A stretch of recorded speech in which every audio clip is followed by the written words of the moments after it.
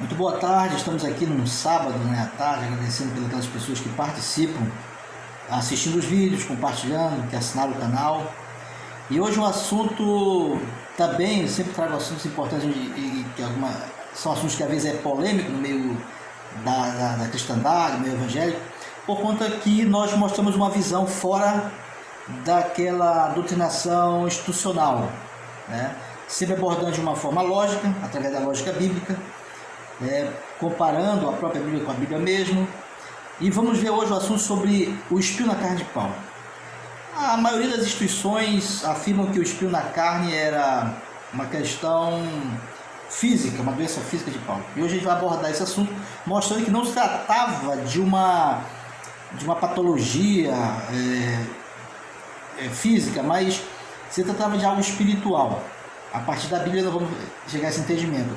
Sem aquele caminho mais especulativo, porque as pessoas que falam que o espinho na carne era uma questão de doença, eles seguem um caminho especulativo, sugerem que Paulo teve aquela doença, e por conta de uma carta ele escreve com o próprio punho, que teria sido escritas garrafais, e ele tinha um problema de visão depois de ter uma doença. Muito especulativo. Então nós vamos ver dentro do contexto do próprio Paulo ali, o que ele vai explanar, se realmente era uma questão física, Vamos mostrar que era uma questão espiritual. Antes, temos que entender quem era Paulo, um pouco de quem era Paulo. Paulo vem de um partido, uma facção, de um grupo de pessoas muito radical, que eram muito radicais, que eram os fariseus. Então, a partir daí, se entende que Paulo ele tinha aquela visão de ser uma pessoa que deveria cumprir as coisas exatamente ali, de forma rígida. E isso através do cristianismo, da fé, da graça. Paulo vai entender essa forma de pensar está realmente contrária à vontade de Deus, porque Paulo, na verdade, ele se converte, mas o conhecimento ele é paulatino, ele é progressivo, Não é no momento que Paulo se converte que ele sabe tudo, ele tem um entendimento completo de tudo, é um conhecimento progressivo, Você vai acompanhando nas cartas paulinas a evolução desse conhecimento espiritual de Paulo. E vai chegar momentos que Paulo ele vai ter essa mudança espiritual, ele vai entender o que é a graça, porque era um entendimento que muitos dos discípulos não tinham alcançado. Você vê naquela discussão lá, em que ele vai para Jerusalém, muitos discípulos não eram a favor do que Paulo pregava, outros sim, outros não, e Tiago vai lá tentar amenizar as coisas, procurar amenizar, mas nunca foi muito aceito isso. Então o entendimento da graça não era bem compreendido em sua plenitude pela maioria dos discípulos. E daí Paulo também, no começo, tinha esse conhecimento total, do que era a graça. E essa evolução de Paulo é que vai trazer um entendimento maior. Paulo, em certo momento, ele dizia: eu esmurro meu corpo e reduzo a escravidão. E algumas pessoas pegam esse verso para dizer que nós temos que lutar e combater a carne de forma austera e tudo, e chegam a extremos. E mais tarde Paulo vai dizer lá em Romanos que o bem que eu quero fazer se não faço, mas o mal que está em mim esse eu faço. Então você vai vendo que Paulo vai ter um entendimento que não funciona dessa forma. Ele vai dizer em Gálatas: olha, vocês foram, através do Espírito Santo, vocês tiveram uma evolução, agora vocês querem vencer pelo esforço próprio. Então você percebe nas palavras de Paulo que ele vai ter um entendimento cada vez maior do que seja a graça de Cristo, essa desvinculação total do judaísmo que ainda prendia Paulo, mais questão cultural ali do judaísmo. Então, nós vamos começar com a passagem de Paulo que está lá em 2 Coríntios, capítulo 12, versículo 7, que diz o seguinte: para impedir que eu me tornasse arrogante por causa da grandeza dessas revelações. Quem quiser ver as revelações pode ler o capítulo todo ali, desde o 12, que está falando sobre a viagem dele até o terceiro céu. Foi-me colocado um espinho na carne, um mensageiro de Satanás para me atormentar. É importante nós, quando lemos as coisas, questionarmos, filosofarmos em cima dessas questões, ou seja, questionar. Aqui no verso 30 do capítulo 11, Paulo diz o seguinte, ó: se portanto devo me orgulhar, então que seja nas atitudes que revelam a minha própria fraqueza. Ele fala que ele tem atitudes que revelam a sua fraqueza. Que atitudes seriam essas de Paulo? Nós vemos lá em Atos, capítulo 15, 39, uma discussão que ele tem ferrenha com Barnabé por causa de Marcos, e diz que foi uma discussão feia, que até se separaram, houve intriga ali naquele momento, né? Se separou, foi para um lugar, foi para o outro. Só mais tarde, com essa evolução espiritual de Paulo, ele vai chamar Marcos, né? Ele vai entender o que ele fez, que realmente estava certo o que ele fez ali, no momento da raiva, daquela coisa, orgulho, tudo, vaidade. E Paulo, ele coloca aqui, ele tem atitudes, né? Ele fala dessas fraquezas em atitudes, comportamento, algo não físico, mas algo espiritual. E aqui, olha, para impedir que eu me tornasse arrogante por causa da grandeza dessas revelações, foi-me colocado. Quem colocou? Né? Eu vou dizer que não, Deus colocou um mensageiro de Satanás para atormentar Paulo. Quer dizer que Deus pega um mensageiro de Satanás e coloca para perturbar Paulo, né? Você vê que por aí você já vê que já não tem muita essa lógica bíblica, né? Quando eu entendo todo o contexto bíblico e a questão da vontade de Deus, o seu relacionamento com os seus servos, com os seus filhos, então eu vou dizer que Deus colocou e envia um mensageiro de Satanás. A palavra já está dizendo mensageiro de Satanás, ou seja, é o enviado de Satanás, não de Deus, para atormentar Paulo, né? E aí, algumas pessoas querem dizer assim, foi uma doença. Aqui não está dizendo, não está nem especificando que seja uma doença. Mas a gente vai contextualizando, quando se fala aqui, ó, no verso 30, que ele fala as atitudes da minha própria fraqueza, né? Paulo relaciona fraquezas a atitudes, a comportamento, não a enfermidade física. No Salmo 109, versículo 6, diz o seguinte, ó, no Salmo de Davi: sentenciam eles, suscita ao seu lado o maligno acusador, Satanás, que se ponha à sua direita, né? Ou seja, quem é o acusador, quem é o mensageiro, quem é que vem acusar, né? Nós temos lá também um exemplo em Zacarias 3:1 do sumo sacerdote Josué, que ali uma visão que o acusador estava do lado dele para acusar, né? E qual é a acusação que Satanás tem contra os cristãos, a não ser acusações de pecados, que acontece lá com Josué, né? Acusando seus pecados, né? Mostrando. E ele fala aqui no Salmo, ressuscita, né? Ao lado dele, o maligno acusador que se ponha à sua direita, né? É claro, assim como Deus enviava seus anjos como mensageiros, esses anjos falavam como se fosse o próprio Deus, Satanás também envia esses mensageiros e eles falam como fosse o próprio Satanás. Então por isso que ele fala aqui, envia-se o mensageiro, né? Mensageiro. E ele fala, Paulo, agora nessa carta, que é colocado um mensageiro de Satanás para lhe atormentar. E que tormento seria esse? Nós vemos no Salmo que são as acusações,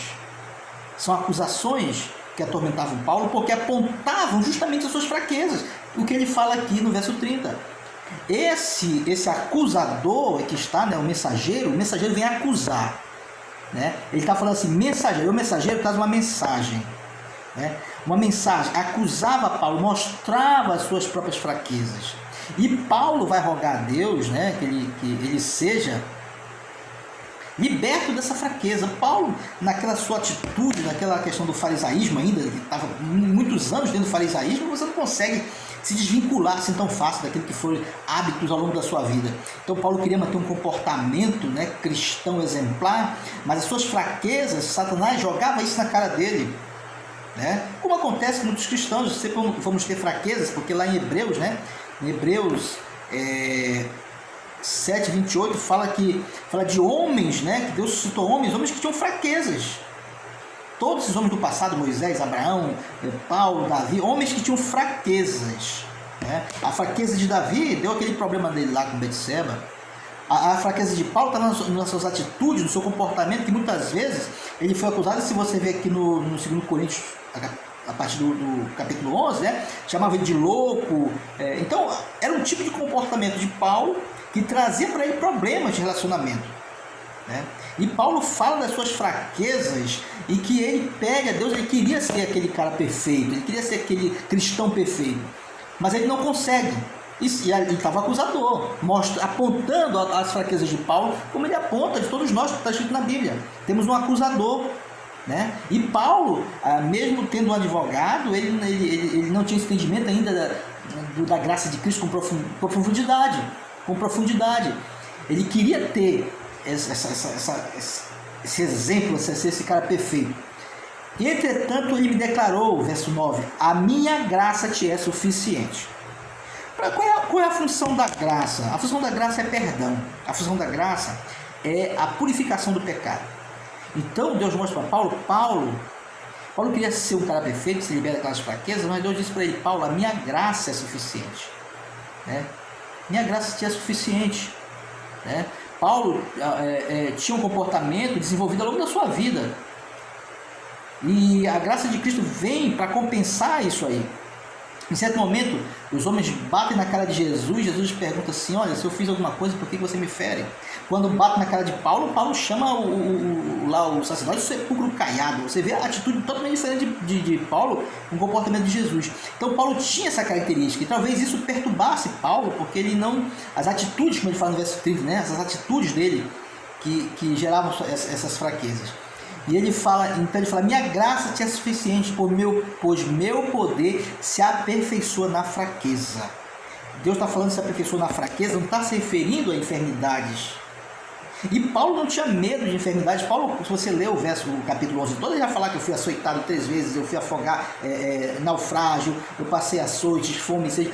Paulo, apedrejamento, Paulo passou tantas coisas. Se ele tivesse medo de doença, e em Atos fala que o Espírito dizia para ele que ele ia passar naquelas cidades lá, o que ia acontecer. Então Paulo sabia que ele ia ser apedrejado, que ele ia ser açoitado. Então Paulo, doença, algo físico não perturbava Paulo, nunca perturbou. Lá em Romanos 7, 21 a 25, você vê o que perturbava Paulo. O que perturbava Paulo? Era a fraqueza espiritual. Tanto é que ele chega ao desespero. Desventurado o homem que sou, quem vai me livrar da morte? Quem vai livrar esse corpo da morte? Né? Paulo chega a um desespero quando ele olha a situação espiritual dele, né? E lá em Romanos você vê também esse entendimento dele, graças a Jesus, porque eu sou escravo de Deus no espírito, escravo do pecado na carne.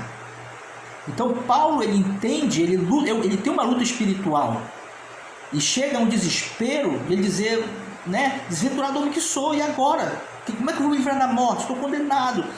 Faltava ainda essa compreensão mais profunda da graça para Paulo. Então, essas fraquezas espirituais eram que atormentavam Paulo. Ele fala do acusador, de Satanás, ali sempre perturbando a mente dele, acusando, né, tentando derrubar o apóstolo através das suas fraquezas. Então, em Atos 15, 39, que tem aquela questão da briga de Paulo com Barnabé, né, a discussão. Então, Paulo, ele fala das suas fraquezas e o verso continua.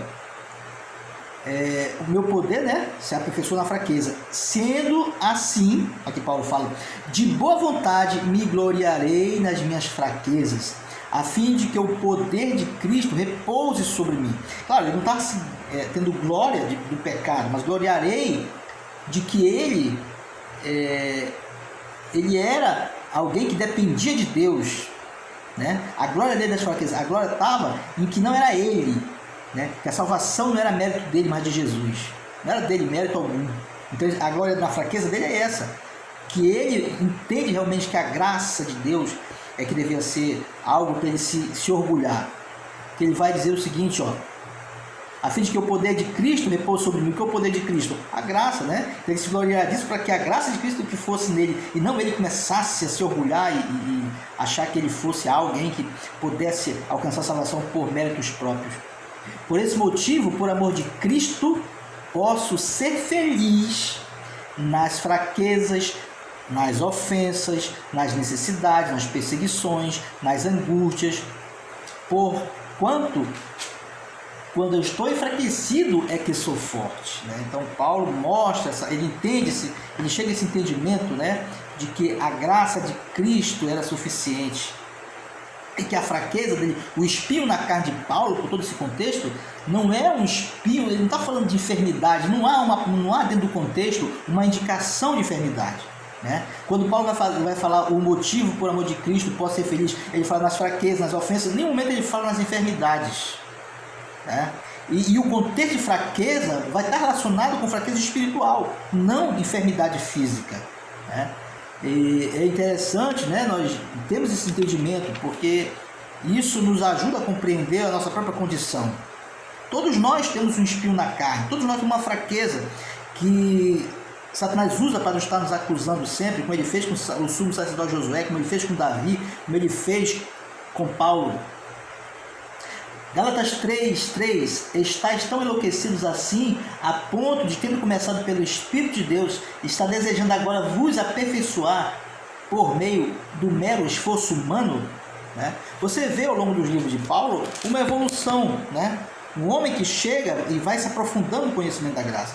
Talvez hoje muitas pessoas na sua igreja, seus líderes, seus pastores, né, são pessoas que seguem um caminho como esse caminho que Paulo estava trilhando, por falta de entendimento do que seja a graça de Cristo, e são pessoas às vezes infelizes, e agora Paulo se torna feliz, porque agora a luta dele, ele não está mais esmurrando o corpo dele, porque ele entendeu que não havia como ele vencer a carne, só a graça de Cristo pode vencer.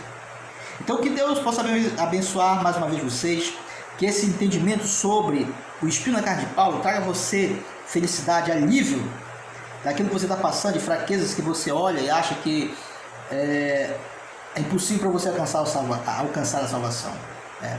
E sempre como eu digo, é a Bíblia, explicando a Bíblia, é a lógica bíblica, né? Não temos, muitas pessoas especulam, apelam para contextos históricos para justificar aquilo que a tradição, a liturgia, a doutrinação da instituição colocou, e eles têm que procurar sempre alguns meios para manter aquilo ali. Então eu tenho que dizer que é isso, porque a minha igreja prega que é isso, e eu procuro meios. Se eu não encontro na Bíblia, eu vou procurar histórias dos homens para dizer, olha, Paulo passou não sei aonde, e lá diz que ele teve malária e aí ele ficou doente dos olhos, né? Então Deus possa lhe abençoar. Mais uma vez agradeço aqueles que têm assistido o canal. Compartilhe sempre a pessoas que precisam saber um pouco mais sobre a verdade, que essa verdade ela é libertadora, traz alívio para muitas pessoas, porque temos um advogado no céu e a graça de Cristo não é suficiente.